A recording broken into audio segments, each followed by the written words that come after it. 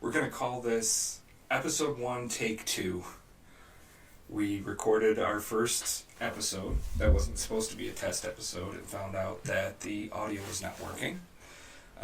Welcome to the Current Comfort and Coffee podcast, where we talk about HVAC, electrical, the trades, and literally anything we want to, because we're grown-ass men who can talk about whatever we want on the internet. Today, I am having another fireside coffee. Mine's a hazelnut. I don't know what mine is. Did you ask for something, or did they just give you coffee? I can't remember. There was a name to it. I think it was an elf reference. Oh, what was the name of that coffee that we saw on the shelf, Noah? Cotton-headed Nitty Muggins. Yeah, that's it. Muggins, that's Cotton-headed Nitty Muggins. Yeah. So I got that, and then I put some cream and Splenda in it, and that's what I have. You don't normally do cream and sweeteners. Usually, I do like it black, but also, when I went on a diet, I limited it down to 1-in-1 at Tim Hortons, which is my normal go-to. But this morning they disappointed. So Disappointed, maybe the wrong thing. yeah, no, they I'm pretty sure that it was the third time through the coffee filter. Oh, It's like you take a drink and it's just like like hot crap water with I mean, technically, it's just bean water. You really think? Yeah, but when the beans are all worn out, from One of my least favorites is when it tastes like burnt. You know what I mean? Mhm. Like espresso machines tend to do this sometimes. almost like a It's dark roast. Yeah, a dark roast is going to give you a less of a rich or less of a bitterness.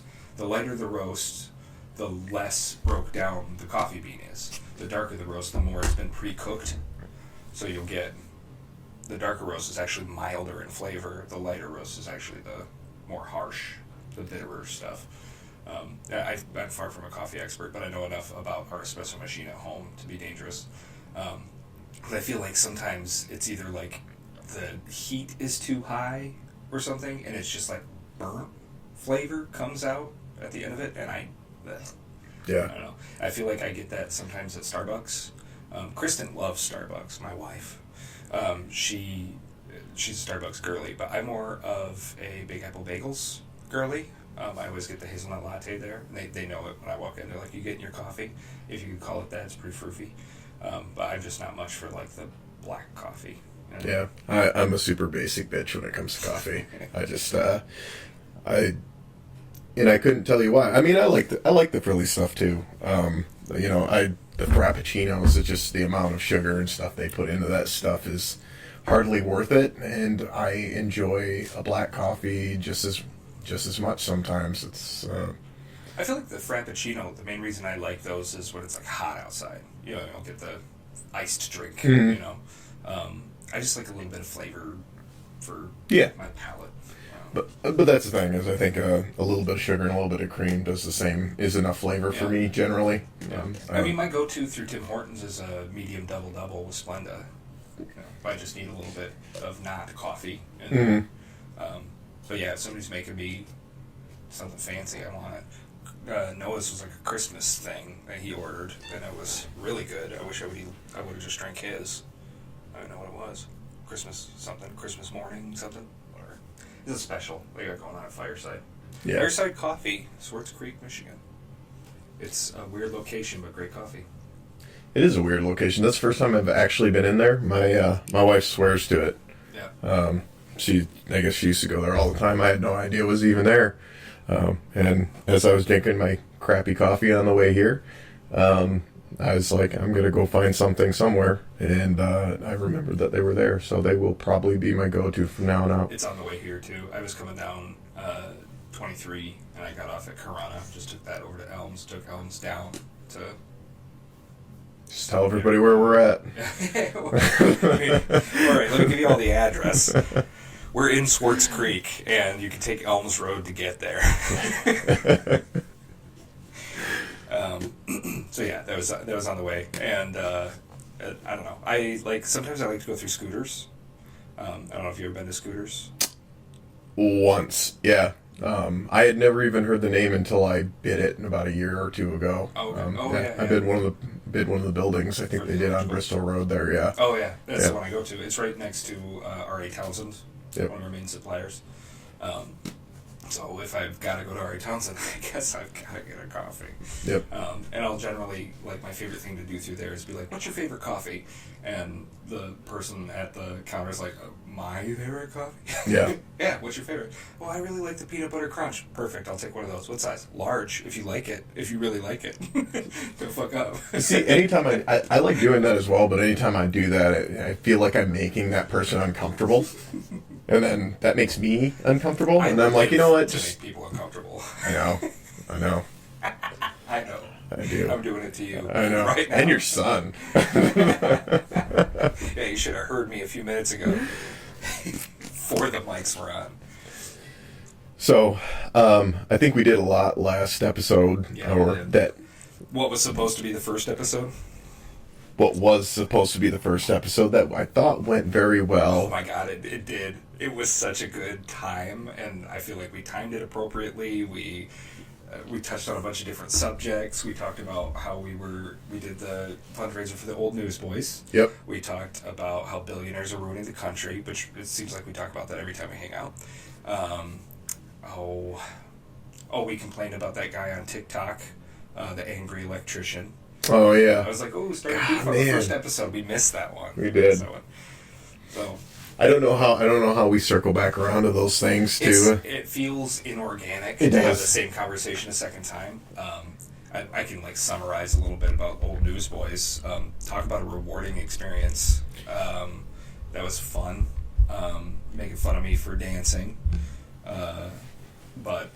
There's a clip on their Facebook page of me dancing and dropping a Pokeball. There it is. Yep. So that happened. We were out in front of Sam's Club in Grand Blanc, collecting money for chitlins. So the Old Newsboys is, for those of you who don't know, is an organization in Flint that collects money and puts things together for underprivileged families. I'm trying to think of the best way to word it. They they donate a lot of coats and hats and winter gear and clothes, and they put together packages for families who may be at a disadvantage economically. They're Poor people. yeah. I'm just trying to avoid that word. Yeah. There's a stigma that comes with it, but if you can't afford a good Christmas meal or if you can't afford a good coat, that these guys are there to step up and help you out with that. Yeah. There was a time when I got divorced, and I think that's a whole nother rabbit hole to go down. But let's get into it. I was 23 years old, getting a divorce with a young child, and I was poor. I was super poor, trying to keep up. Now, they never helped me, but, as I got my life back in order, I saw them as somebody who I really could have used at the time. And I think in doing the volunteering that I did for them, hearing people's stories out on the road, people stop in the middle of traffic and tell me these stories of how they had helped them, and that every year they donate to the newspaper sale, or they sponsor a family, or however they do. And it's one of those things that I can almost count on to get me in the festive mood every year, as far as the holidays. You really do walk away from that feeling like, what an amazing experience. Like, this is what the holidays are all about. Yeah. So I felt like I was lucky my first time wasn't at an intersection. yeah. I felt like our traffic out there was a lot lower in front of a Sam's Club. Also, I think they anticipated that they had an in and an out to the store that we were going to be spread across. So instead, there was 4 guys standing in front of one door. Blocking off the Salvation Army guy. Yeah. God. I don't think I'll ever forget him. Yeah, he was just seemed like a nice guy. It's just This, ringing that bell. yeah.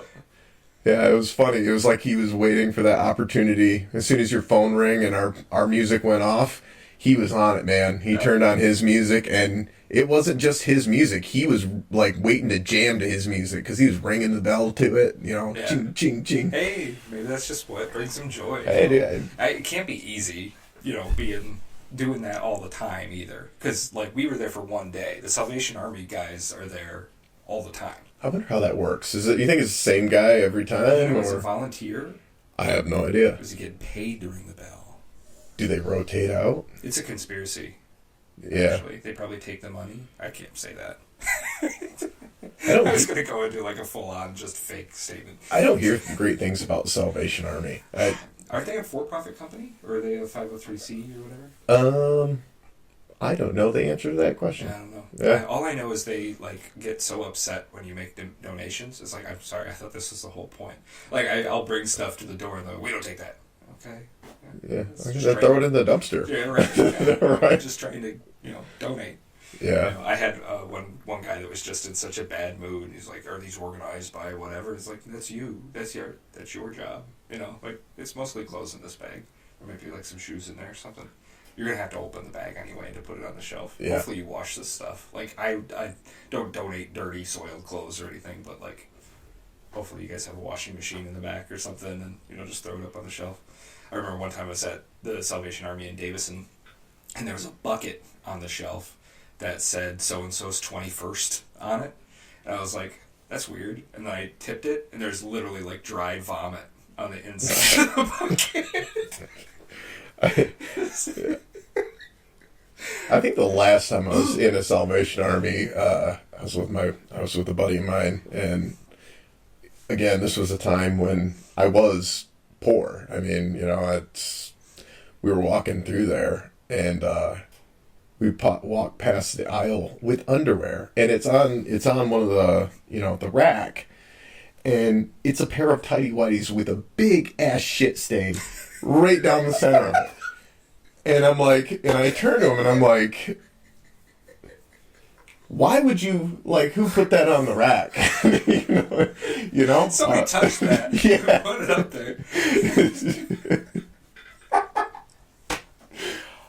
I just don't get it. You're Like, getting paid minimum wage. it seems like Hang there's on several on steps hangers. here Yeah. that should have Yeah, happened where somebody should have been like, yeah, maybe that doesn't go on the rack, or let's at least bleach it back to white before. Not that good. Yeah. And then also, somebody donated them. Somebody shit their pants. Yeah. And then said, See that? you can have them. Look, man, I've interacted with the public enough to know that like those people exist, and like that I can see happening. I think the part for me is that like some point when somebody took it in, sorted it out, put it on the hanger, and then put it on the rack, somebody would have noticed like nobody's gonna. I don't care if it's a quarter. Nobody's gonna pay for this. Maybe let's like burn it or throw it in the dumpster. So I don't know. It's a different vibe. Also, like I've donated some very nice things to like the Goodwill. Shout out to the Goodwill. I like the Goodwill. Yeah. I like what they do. Yeah. I don't know if there's any like weird ongoings with Aren't they a them. for-profit company? I don't know. I've met the girl at the. I haven't met her. I've heard her talk at the Chamber of Commerce. Is it Burton? I think it was the Burton. And I think it's great that they're out there trying to do things. But also, when I go in there, I've donated some pretty nice clothes there. Every time I look at the racks, I just feel like everything's like stretched out and, you know what I mean? It's like, where are all the nice clothes going? Yeah. Better 'cause- areas. Yeah, Where I they don't need guess. them. Where they don't need it. Probably right. Yeah, I don't know. I mean, like, I get the idea of putting up literally everything you can to try and move it through. But at some point, you're right. I just feel like there's got to be a point where, like, this waistband's just blown out. Like, Yeah. nobody's going to wear these. Yep. Or the crotch is gone. Yeah, and I've looked in the back room there. I mean, there's mountains of clothes. I know these things come through here. It just seems like the quality could be vetted a little better. Right. I, as a person who donates, try to make sure that the things are, like, complete. That if there's, like, extra pieces, they're taped to it or whatever. And I don't donate anything that, like, I wouldn't wear. if I were in a different position. You know what I mean? Like, less wide. Because that's the main reason I donate stuff, is because it doesn't fit me anymore, or just is out of my style now. So, like, I try to get rid of things. Like, I've got a bunch of dress shirts that I didn't want to get rid of because it costs a decent amount of money for a decent dress shirt, right?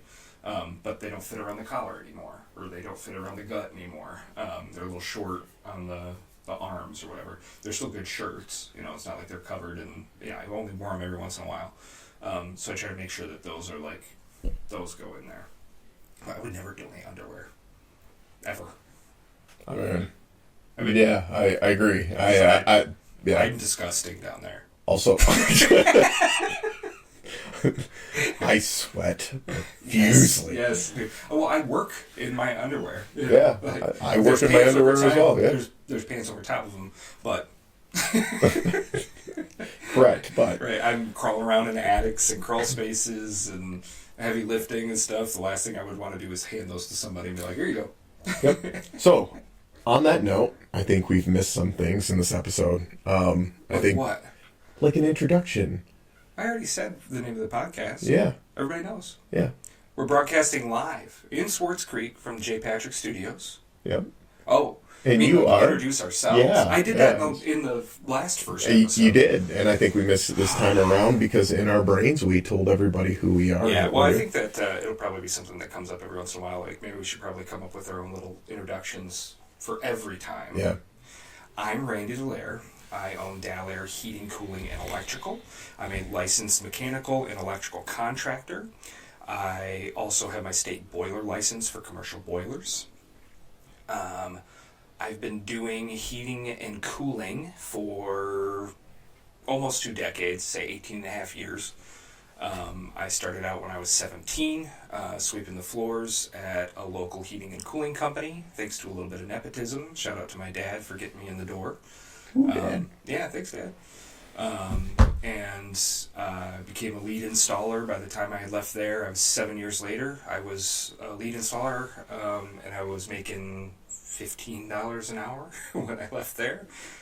Went to another company, also local, for $19 an hour to be a service technician. Could not get a raise there. Worked there for about 3 years. Went over to another authorized Home Depot service provider, and was the operations manager there for another 3 or so years. And then I went to another much larger local heating and cooling company for another 3 or so years. I was a service technician there with the goal of learning as much service as possible to start my own company. And then about 4 years ago, I started my own company. So I've been, 4 years or so now. Anyway, Continue. that's pretty much it. Started a company 4 years ago. You've been here 2 years with Dallaire? Correct. Roughly? Yep. Yeah, so take it away. Tell us about you. My name is John Harvey. I am the master electrician over at Dallaire Heating, Cooling, and Electrical. I am officially the electrical arm of the company. I started my apprenticeship back in 2014. Brand new. A bit prior to that, I had done, basically whatever paid the bills to some degree. Whatever I could get my hands on. And I spent the first few years of my apprenticeship in building single-family homes for a builder that did production-style homes. I moved from that to doing high-rises out in Detroit. That was an interesting part of my career. Eventually, I did get tired of babysitting children, and I decided I was going to dive into the commercial world. I did that for a while. That was terrible. Not so much the work, so much as the particular company I was working for at the time. And that was doing schools, so, very tightened schedules, long hours, hot days. Second shift in the off season. I did not care for that. So I made a switch over to a heating and cooling company doing their Generac generators, just as a way to kind of break out of that cycle and learn something Were you new. as a journeyman or a master? I was a journeyman when I come over, and it's funny because I believe it's at a company that you had previously worked for. It is. And the owner said to me, "Are you confident in your abilities? Because I don't want you to come over here and then in a few weeks find yourself without a job." He was very blunt with me, and I remember at the time saying to him, I remember my response because I don't know why it just stuck with me. I said, I'm very confident in my capabilities. I knew I had the capability of learning whatever was being thrown at, and that wasn't a problem. And I think he liked me a lot. I worked for him for. I'd be willing to bet he did. Yeah, I mean, I was pretty non-confrontational. I've always made it a point in my career to say out loud that it's not about the money. I have worked jobs where it is about the money, and it's miserable. I mean, you just the jobs that pay the most in this industry, there's a reason they pay the most. It does suck. Yep. But I think he really liked that it wasn't about the money for me. I liked what I did. I liked helping make the department there better. And eventually there was, I did move on from that because I do like to learn and I like to grow. So I left Generators to do business development for the company I had originally started with, and I spent 4 years bidding and quoting larger projects and working with customers and vendors in the industry to, to keep work coming into that company, which had 150 electricians. Which And that was mainly multifamily homes. yeah, that was multifamily, and I was damn good at it too. I could, I'd be willing to bet you still are. Yeah, I'd love to get back into that someday. I would, they'd hand me a floor plan and say, how much is it going to cost to bid this? And I'd have to design that building. They didn't give you a wiring plan. No, I mean they didn't. You got to figure out. You do a load calculation on the building and size the gear and quote the gear and put it all together and do a do a takeoff on something that's totally fictional and say, here's a budget for that, and then we'd work with them through the budgeting stages into actually, until we actually went to contract, which was an awesome experience. An electrical contractor who has never been an electrician, working on it. What does gear mean? Gear would be like any of the equipment, really. Panels, switches. disconnects, switches. Yeah. Well, I would say that Like lighting and stuff too. No, Okay. no, lighting's lighting. Gear would be breakers, Okay. fuses, Okay. basically anything you would order from like Square D or Eaton or. So what about like plugs and light switches? It's just devices. Just devices. Yeah, that's They're just trying your to get standard. the vernacular. Yeah. Gear references pretty much switch gear. Yeah. I actually don't have all the history on that, but from what I was told, that it had something to do with the original design of the equipment. So we did a high-rise a remodel out in Detroit called it was the Albert Kahn building, and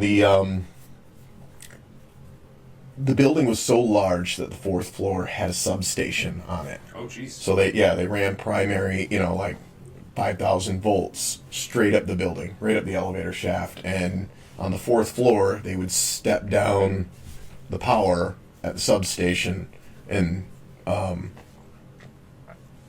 then they'd carry it the top half of the building from there.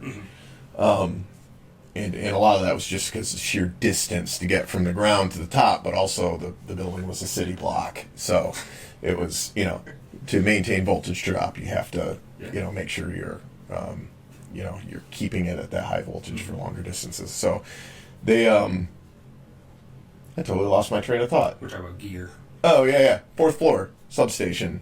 In that substation, there was a piece of switchgear that was from like the 1930s or 40s. I don't know the exact date, but Still working. it consisted of a rack that had like a gear track on it. And it came in two pieces that I could see. It wasn't hooked up, but they set this piece on top of those gears, and you would crank this gear until the it made its connection into the piece. It was so to disconnect it, you had to crank this gear out of there.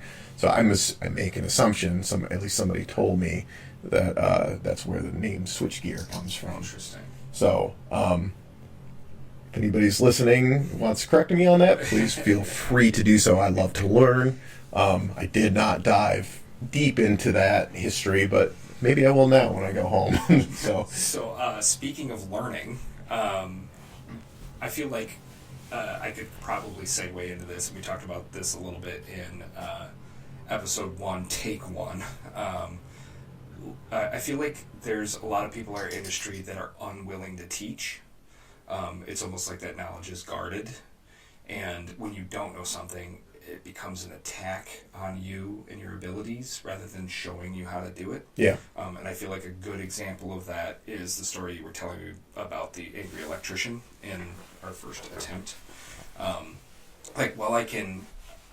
appreciate the meme, he's an angry electrician, so, but like when you ask a legitimate question, I don't feel like you deserve to be attacked yeah. for not knowing something. I feel like it's very prevalent in the trades Yeah. for whatever reason. I feel like my journeyman was like that.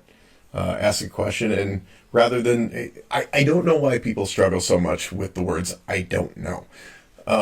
It's like that's a stepping stone to finding out, right?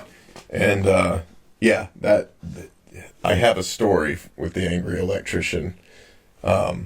So for those of you who don't know, the angry electrician is a YouTuber, I believe. He makes Like videos. TikTok and stuff. Yeah, and they're, I will say they're good videos. They're as far as teaching you something. Yeah. So he was talking about anti-short bushings and MC cable, and how they're required or not required. I don't know. He was making his argument, and I said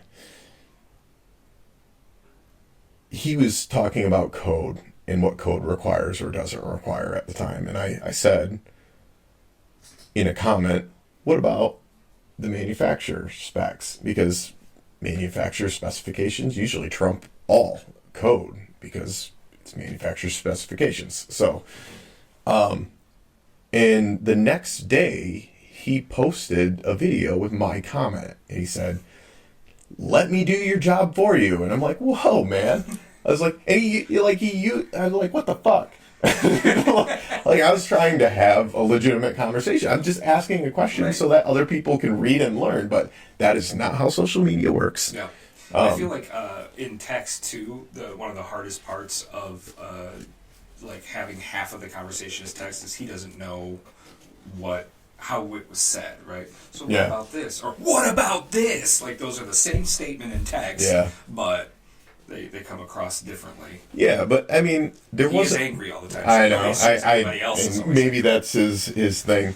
I was so pissed though. hey, it worked. It did. Well, it's because it's part of the reason I'm not really in the field anymore. Yeah. There's a large amount of toxicity in the field, like you just said. The guys don't want to teach, and if you learn more than the other guys, they resent the shit out of you for it. Yeah. Most of the time. Especially the ones that you surpass in knowledge. So, yeah, I don't know. I try.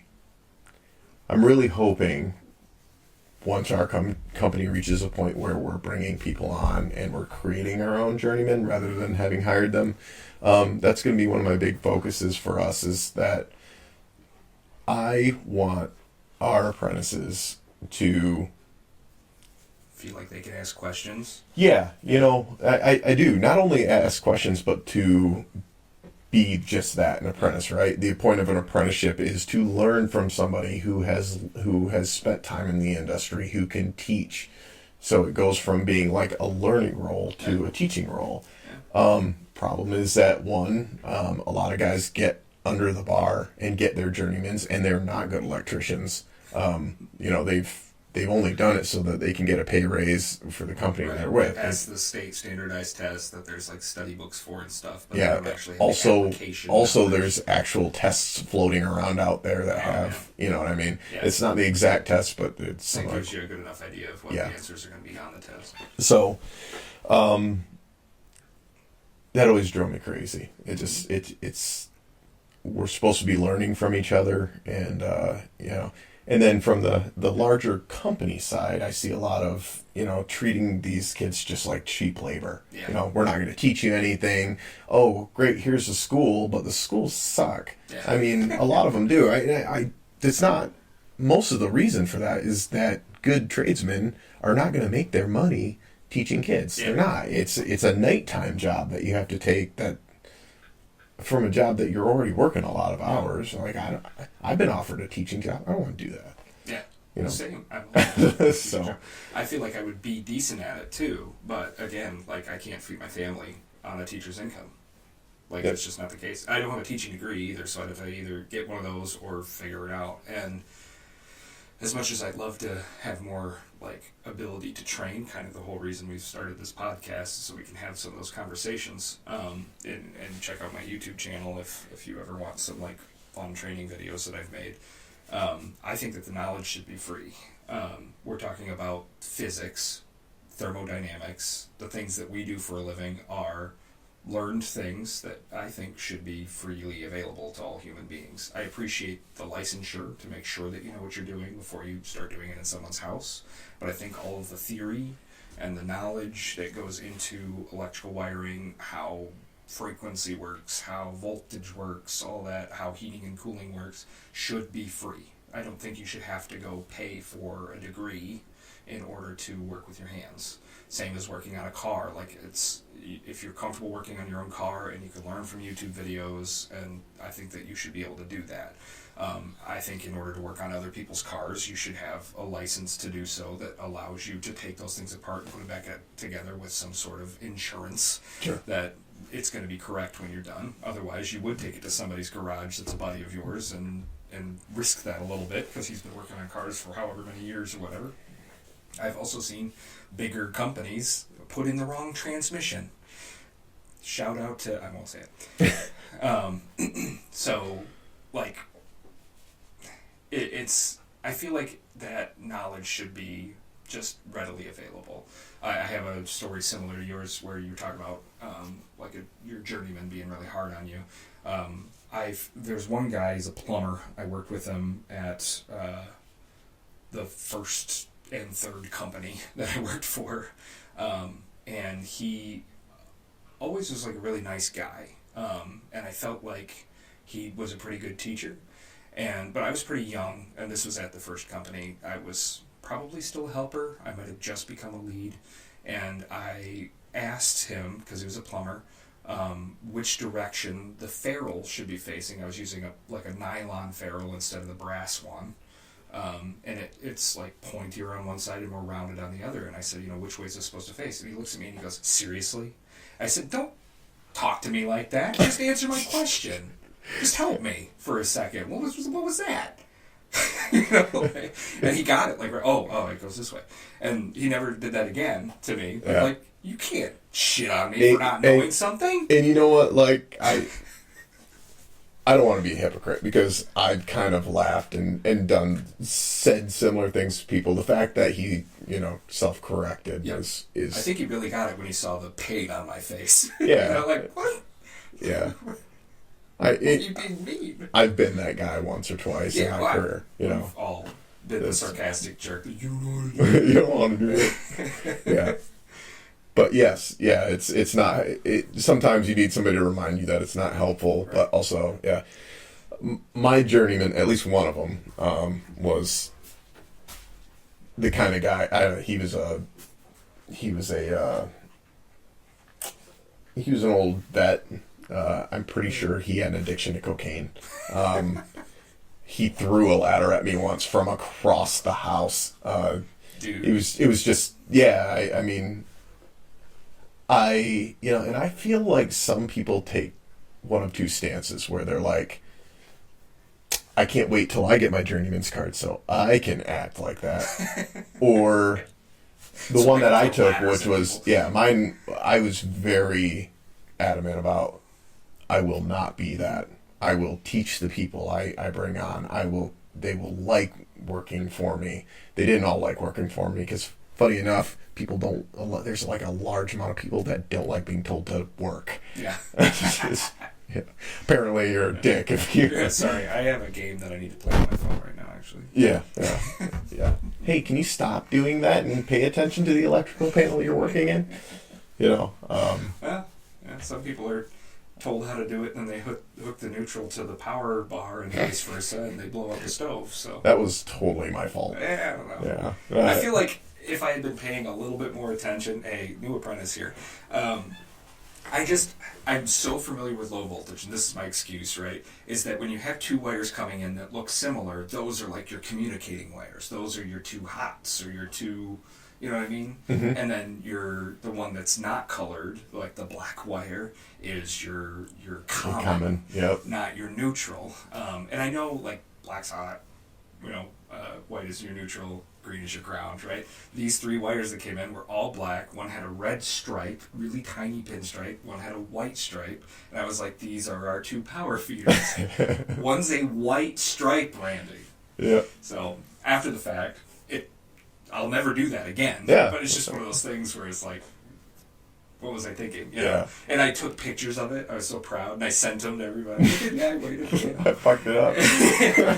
And I've got photographic evidence that I fucked it up. Audrey was really kind, though.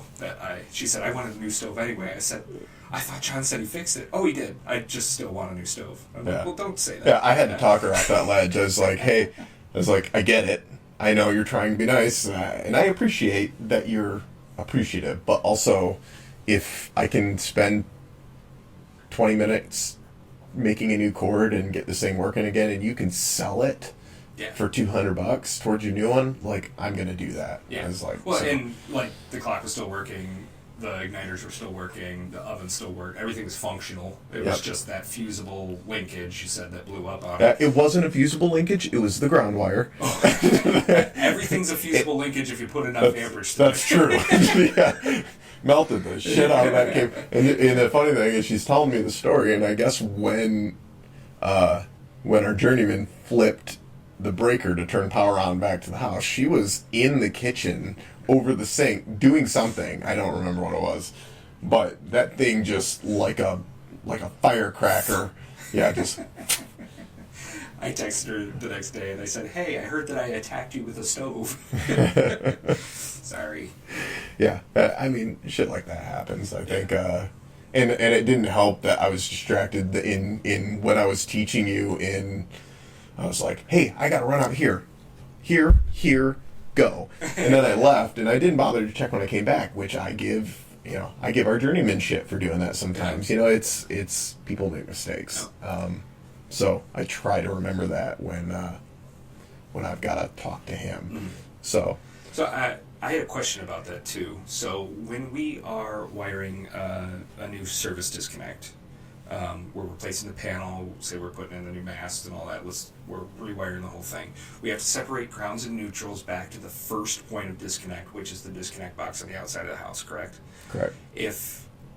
If my grounds run from panel to panel all the way back, is that still technically separated all the way back? Yes. Okay. So it's okay to bring it back into the main panel and then out of the main panel to the disconnect as long as it doesn't cross with the neutrals. You're frying my brain. As long as you don't bond it anywhere else in the system. Okay. Um, So as long as the neutral and the ground aren't bonded together in the main panel. Yeah. Once you separate every sub panel past that, basically, they're separated. Okay. So we could have taken that ground wire, taken it into the panel downstairs, and then out to the disconnect, as long as it didn't connect with the neutrals. Which ground wire? Now you say ground wire, but there's The one ground. that I ran across the basement. No, To that's the that's a jumper to the main grounding That electrode. has to go That outside. has to go Okay. to the first Alright. disconnect. That's what I Right. thought. Yeah. And then I thought about it again. I was like, is that still technically separated if it goes into the ground bar? But it needs to go all the way back to the main point. Yeah, because that's your main grounding electrode. Okay. So, and grounding is one of those weird things because I just feel like it's overly complicated in the language in grounding because there's grounding, grounded, grounding conductor. Bonded. Yep. There's the main grounding electrode. There's the main bonding jumper. There's it's the grounding conductor and the grounded conductor are two very different things. Whereas they refer to the neutral as the grounded conductor. So it's like even when you're testing, like it's one of those things where it's kind of confusing if you're not paying attention. And then there's the equipment grounding electrode. Yeah. It's just the wording in grounding is weird. Yeah. And it's one thing that honestly grounding is always kind of where I've struggled a little bit because of that, because Okay. just talking about it isn't as clear. Yeah. So Okay. So I'll pay more attention to that too. Yeah. Going forward. I was doing a lot of research about surge protectors. We were talking about offering surge protectors as an item you could just purchase for your home, and we would come put it in Yep. for you. And there's the different types, type 1, 2, and 3. Type 1 is at the main point of disconnect. Type 2 is at the panel. And type 3 is at the point of service, like power strip. And Hold on, back up. Yep. The equipment. The surge protector. You said the point of service Yes. referencing. Okay. Yep. I lost my headphones for some reason. I don't know. Oh, you can't hear me. Oh, there. Now I can. Yeah, it's because you gotta wiggle it. Just a little bit. So I didn't realize the tiers of those, the types, type 1, 2, and 3, Yep. actually existed until I did that little bit of research. And you've got type 1s that protect against billions of types of surges, There's ground to neutral, neutral to hot, hot to ground, Yep. hot to hot surges. Like you can have a crossed 2 120 legs could cause a huge problem for the transformers in the house. And then you got ratings for all those things yeah, on top and of at it. kilovolts or whatever, right? Kilovolt ratings. So And when you're like I would like a surge protector, it's like, what? what? You gotta be more specific. And I didn't even realize that I would purchase a different type of surge protector if I wanted it inside at the panel than if I had it outside at the main disconnect. And then obviously at tier 3 is the one you get at Rite Aid. Sorry, they're out of business. The one you get at Walmart that would plug in behind your TV or whatever. Yep. That's a type 3. And even those come in different ratings and stuff from there. Yep. I have a UPS hooked up to my server at home that monitors incoming phase. It's a surge protector for anything that's plugged into it. But then it's also a battery backup for my server infrastructure. UPS. Yeah. Yep. So that it doesn't, shut down everything all of a sudden just because the power went out. And then it sends a command to my home assistant to turn those devices off. But you don't have that behind your TV, so then you're running a hard drive on something and you're transferring data and all of a sudden the power's cut, you can damage that data too. So it's important to have surge protection for just computers that are plugged into a network and doing stuff, right? Yep.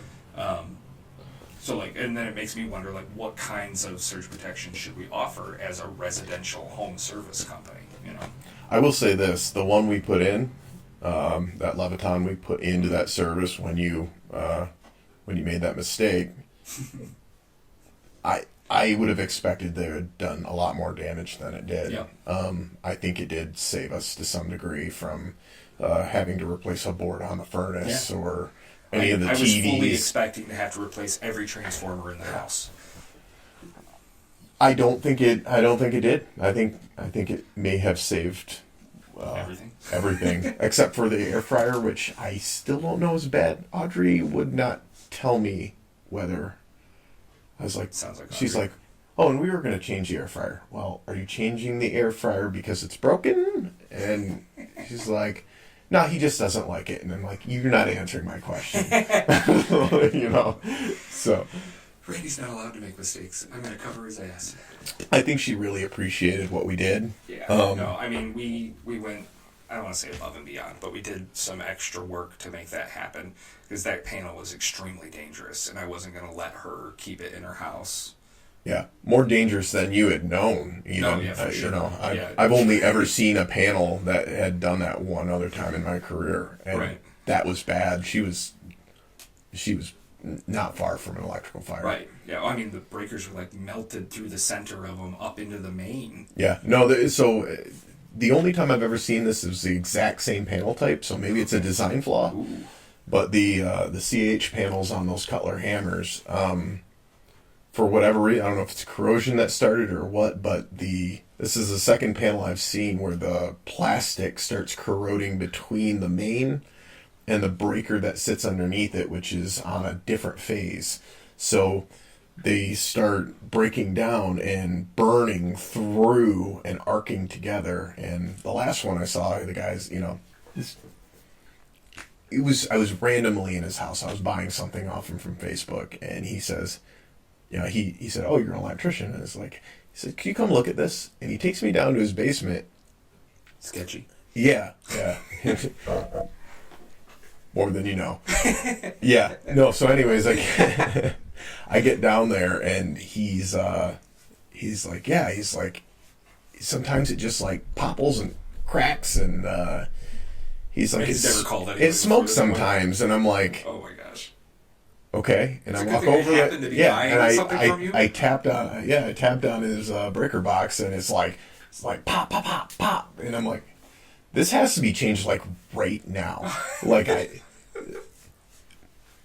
I was buying, this guy repaired, I found a Teddy Rock spin in like an old 90s shop window, Okay. and it didn't work, and I was paying him to repair it. This room that this panel was in was full to the ceiling of teddy bears. If that had caught fire, that house would have gone up like a tinderbox. You know. These are old teddy bears too, right? Like collectibles or something. Yeah, they're Teddy Ruxpins. So they were not flame retardant. If they were anything, like you remember the old like stuffed animals that you put a tape in and they talk, and you know, they were those. Any version of that. I think there was like a Mother Goose in there. There was like Mickey Mouse's. Okay. Yeah, I didn't know what the heck you were talking about until you just. Oh yeah. So Teddy Ruxpin was like a teddy bear. You put the tape in, and there are books that came with it, and it would read the story to you. Yeah.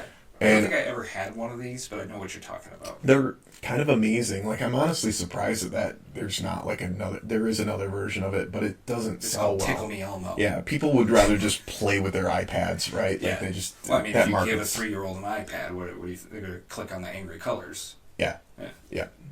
Yep. Angry colors. It's so true, though. You take it away, they're like, Yeah, that's why I don't give my children an iPad.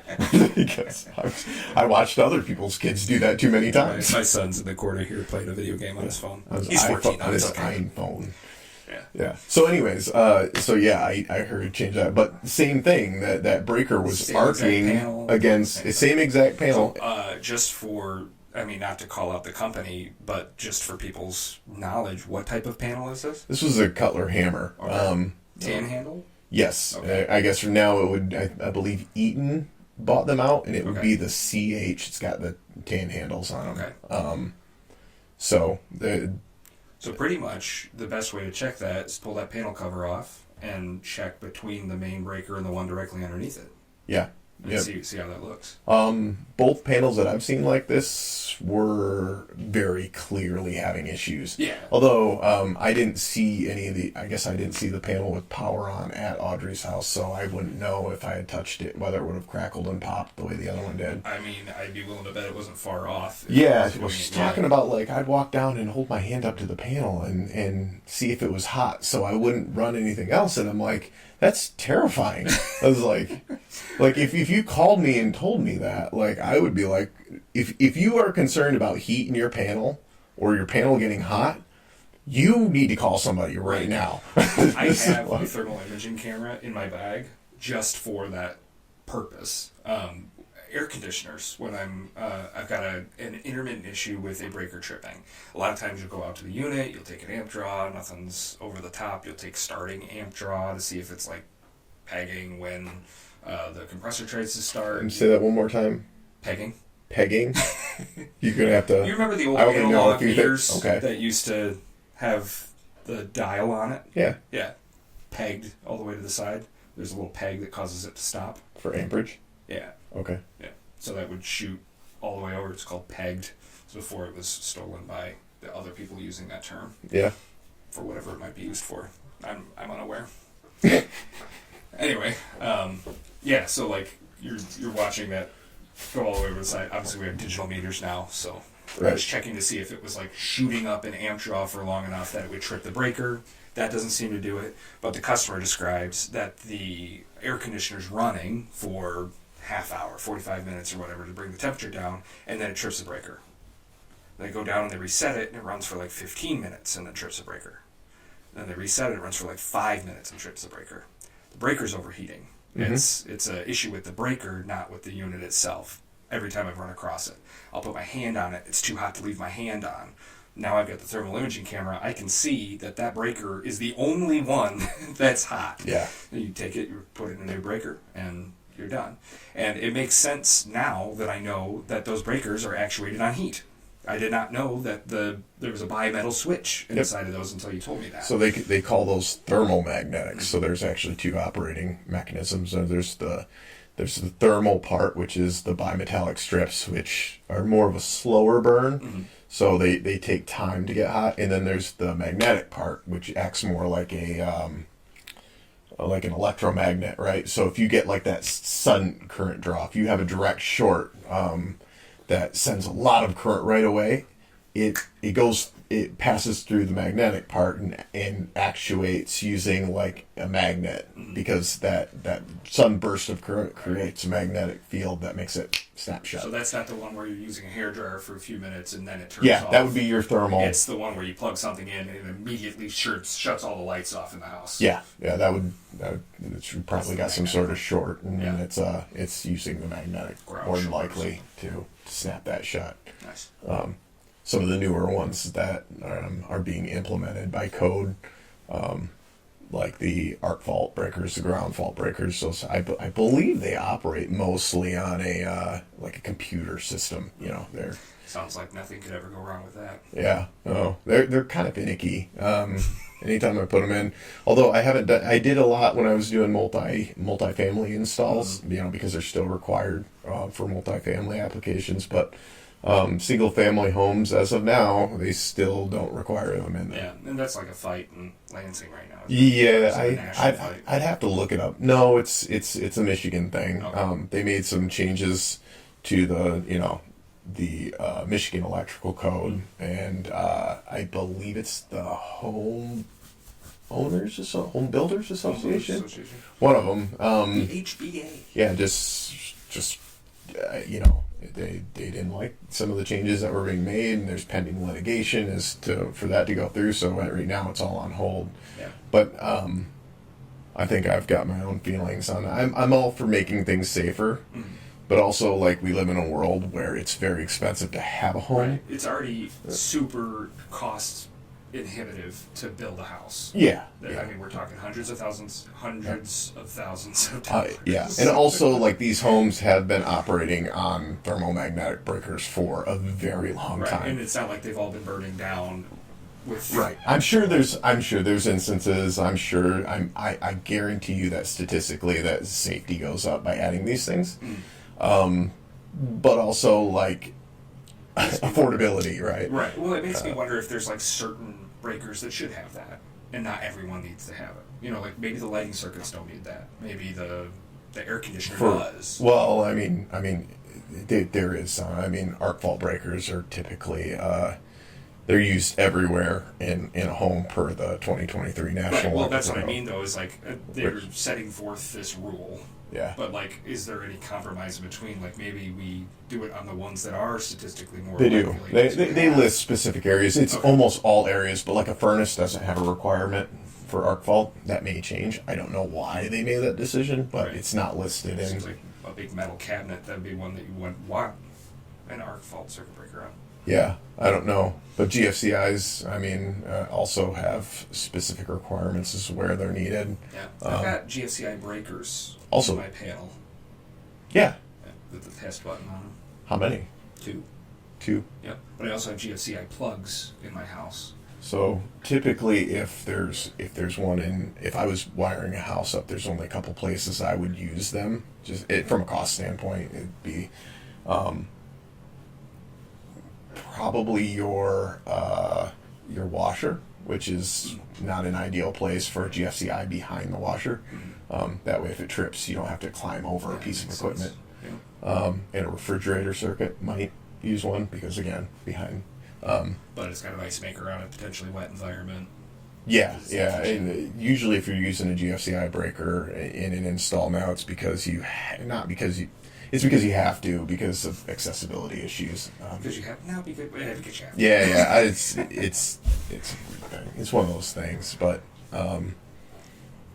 no, it's I'd be curious to see where that actually goes and how that ends up because I see both sides of the argument and.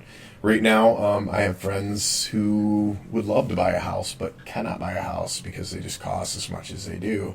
And, we've got people who make laws who know nothing about the industry, who are probably lobbied by insurance companies or, whatever, or manufacturers for that matter, to add these requirements that I feel is very tone deaf to where things are at right now in our country. So I do see both sides of the argument, but also I have my own feelings on it too. So I always like your takes.